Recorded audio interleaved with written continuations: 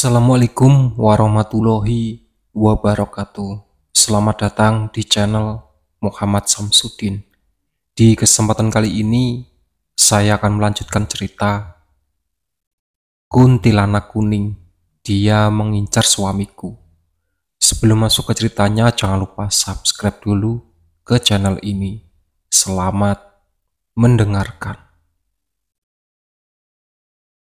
Berulang kali ku mencoba menelepon Mas Kai, tapi tak tersambung. Aku takut terjadi sesuatu, apalagi Dahlia ada di sana. Ia bisa melakukan apa saja pada Mas Kai. Kulihat jendela, hujan masih turun dengan deras.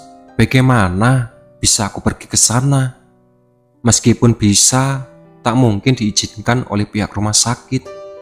Tok tok tok. Refleks, aku menoleh ke pintu. Pintu terbuka.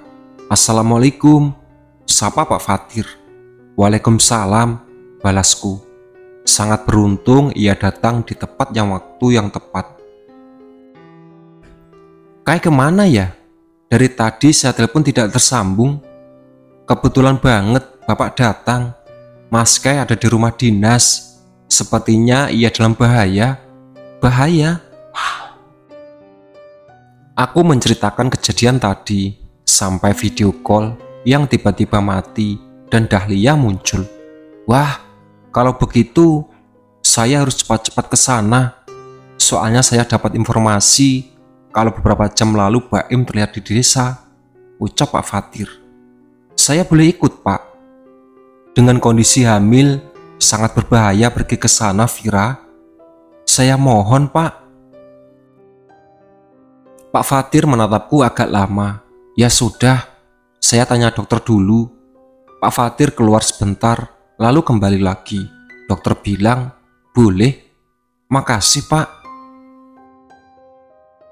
Aku pun bergegas dari pergi ke rumah dinas. Aku tak berhenti-henti berdoa agar Mas Kai bebas saja. Sementara Pak Fatir sedang menelepon seseorang. Dari percakapan yang kudengar, ia seperti meminta anak buahnya pergi ke sana. Apa Bapak punya nomor telepon orang desa? Tanyaku. Saat Pak Fatir selesai menelepon. Untuk sekarang ini tidak ada yang dapat diharapkan dari mereka, balasnya. Kenapa Pak? Nanti juga kamu tahu. Pak Fatir memacu mobil dengan kecepatan tinggi, baru menurunkan kecepatan saat masuk ke area perkebunan. Jalanan yang licin, berlumpur, membuat mobil sedikit sulit dikendalikan. Kamu tidak apa-apa? Tanya Pak Fatir saat berhasil melalui jalan berlumpur itu. Tidak apa-apa, Pak. Mobil kembali melaju ke arah rumah dinas. Sekitar 10 menit kemudian, kami sampai di sana. Jangan keluar dulu, perintah Pak Fatir sembari menghentikan mobilnya. Tunggu yang anak buah saya. Baik Pak. Aku mengamati kaca jendela kamar. Terlihat ada bayangan orang berjalan di sana. Apa itu Mas Kai? Pintu depan terbuka. Pak Baim melihat berjalan ke teras. Ia melihat ke arah mobil lalu berlari ke arah desa. Pak Fatir membuka pintu. Jangan keluar, ucapnya sembari berlari mengejar Pak Baim.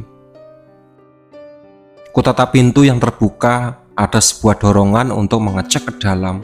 Namun, aku takut kalau ada orang lain. Tak berselang lama Bu Ismi berjalan keluar. Spontan, aku turun dari mobil, ia menatapku. Ada Vira, teriak lalu berlari ke samping rumah. Aku tak mengejarnya, memilih untuk berjalan masuk ke rumah. Saat berbelok ke kamar, aku berpapasan dengan Pak Rohim. Ia tampak terkejut. Bapak sedang apa di sini? Mana Mas Kai? Tanyaku. Ia tak menjawab, malah melarangku untuk masuk ke kamar. Aku berusaha menerobos, tapi ia malah mendorongku hingga tubuh nyaris terjungkal. Kamu sebaiknya pergi, ucapnya. Bapak yang pergi, ini rumah saya. sautku. Lalu mencoba menerobos lagi, tapi Pak Rohim malah menahan tubuhku. "Lepaskan, Pak," teriakku. "Mas!" "Rohim!" Sontak aku menoleh ke arah pintu. Ada Pak Fatir yang datang dengan beberapa orang. Ia langsung memerintahkan anak buahnya untuk menangkap Pak Rohim. "Mana, Kai?" Pak Fatir bertanya pada Pak Rohim dengan nada keras. Ada di kamar," balasnya terbata dengan wajah ketakutan. Ku coba membuka pintu kamar, tapi terkunci. Duk, duk, "Mas!" Aku menggedor pintu. "Minggir dulu, Vira," perintah Pak Fatir. Kemudian ia mendobrak pintu. Brak! Pintu terbuka. "Mbok Asih?" Aku terkejut saat Mbok Asih sedang duduk di samping tempat tidur. Di dekatnya ada Mas Kai yang sudah tak sadarkan diri. Mbok Asih bangkit dan berjalan ke arahku. "Kalian terlambat." Kai sedang bersenang-senang dengan Dahlia, ucapnya lalu tertawa. Pak Fatir meminta anak buahnya membawa Mbok Asih keluar. "Mas!" Ku sentuh tubuh Mas Kai yang sedang seperti batu es, dingin, kemudian melentangkan tangan ini di dadanya. Denyut jantungnya begitu lemah. Pak Fatir meminta Pak Rohim dan Mbok Asih dibawa ke kantor, kemudian membantuku membangunkan Mas Kai. Namun sudah hampir 5 menit, ia belum bangun juga. Pak Fatir pergi ke mobil untuk mencari ponsel, lalu menelepon seseorang, memintanya agar segera datang ke sini. "Mas, bangun!" Ku genggam tangannya sembari berdoa dalam hati. Tak terasa air mata ini menetes. "Tolong bawa Mas Kai ke rumah sakit, Pak." "Percuma, Vira. Kai tidak sedang sakit. Mbok Asih pasti sudah melakukan sesuatu padanya," balas Pak Fatir. Aku tak membalasnya, hanya bisa menatap wajah Mas Kai yang terlihat pucat. Sekitar 15 menit kemudian, orang yang ditelepon Pak Fatir datang. Ternyata ia adalah seorang Ustadz Abbas. Ia duduk di samping tubuh Mas Kai, kemudian memegang keningnya sambil merapal doa. "Bagaimana, Tat?" tanya Pak Fatir. "Sukmanya tidak ada," balas Ustadz Abbas. "Sukma itu apa?" tanyaku bingung. "Jiwa. Ia bernyawa, tapi tidak berjiwa. Jiwanya dibawa oleh makhluk gaib ke alamnya." "Apa ada cara untuk membawanya kembali?" tanya Pak Fatir. "Sulit, karena alam gaib itu sangat luas. Ditambah saya tidak tahu siapa yang membawa sukmanya." "Dahlia," balasku. "Kamu mengenalnya?" "Iya, dari awal pindah ke sini, dia memang sudah mengincar suami saya." "Apa kamu pernah bertemu atau bermimpi tentangnya?" "Pernah. Maaf, boleh ulurkan tangannya?" Ustadz Abbas menyentuh ujung jempolku, lalu menutup mata. "Kuntilanak merah," gumamnya. Ia membuka mata. "Saya akan mencoba menariknya ke sini," ucapnya lalu menyentuh pundak Mas Kai. Tak berselang lama, tubuh Mas Kai bergerak. "Tolong agak menjauh," perintah Ustadz Abbas. Aku bangkit dan berdiri dekat pintu. Mata Mas Kai terbuka. "Mau apa kamu?" hardiknya, sembari melotot ke arah Ustadz Abbas. "Kembalikan sukma orang ini," balas Ustadz Abbas. "Tidak, dia sudah jadi milik saya." "Dia bukan milik kamu. Nenek tua itu sudah menyerahkannya pada saya. Sekarang saya akan mengambilnya." "Tidak bisa." Ustadz Abbas memegang kepala Mas Kai, lalu merapal doa. Seketika itu Mas Kai menjerit kesakitan. "Saya bisa melakukan lebih parah dari ini jika kamu tidak membalikan sukmanya," ancam Ustadz Abbas. Namun Dahlia tidak menyerah begitu saja. Ia tetap berusaha melawan meski berkali-kali harus menjerit kesakitan. "Baik, saya akan kembalikannya," ucap Dahlia yang ada di tubuh Mas Kai. Cepat, bawa ke sini. Lepaskan saya dulu.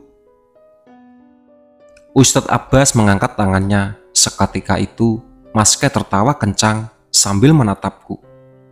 Entah bagaimana aku bisa melihat wajah Dahlia yang ada di tubuh Mas Kai. Dahlia keluar dari tubuh Mas Kai. Kamu ikut saya, ucapnya sembari memegang kepalaku.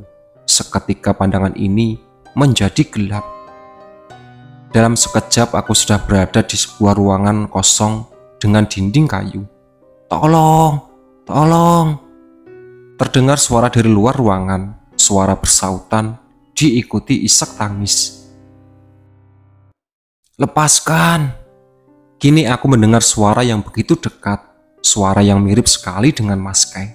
Mas, teriakku sembari berusaha membuka pintu, tapi tak berhasil. Kutendang pintu kayu itu dengan kencang, brak. Pintu terbuka, kemudian berlari ke ruangan sebelah. Lagi-lagi aku harus berhadapan dengan pintu yang terkunci. Kukerahkan segenap tenaga untuk mendobrak pintu itu. Brak. Saat pintu terbuka, aku melihat Mas Kai sedang diikat di ranjang. Tepat di atas tubuh ada Dahlia. Vira, ucap Mas Kai sambil menoleh padaku.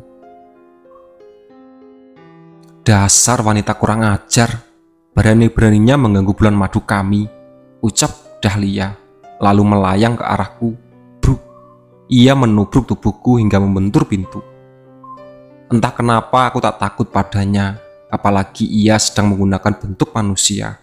Kujambak rambutnya yang panjang, lalu menendang perutnya.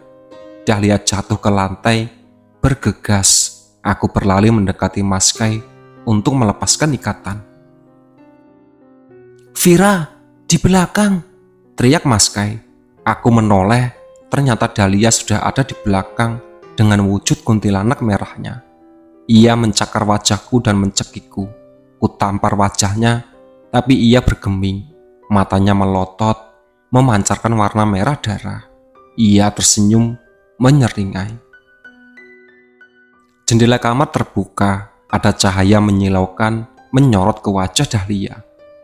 Hingga ia melepaskan cekikan. Dalam situasi ini, aku mengambil kesempatan untuk melepaskan Mas Kai. Ustadz sialan, teriak Dahlia sambil menutup wajahnya agar tidak terkena cahaya itu. Aku berhasil melepaskan Mas Kai. Lewat sini. Ada suara dari luar jendela. Kami pun lompat keluar jendela. Pemandangan mengerikan ada di depan mata. Ada puluhan pria tanpa busana terikat rantai besi berduri. Tubuh mereka dipenuhi luka yang masih mengeluarkan darah segar. Tolong kami, ucap salah satu dari mereka.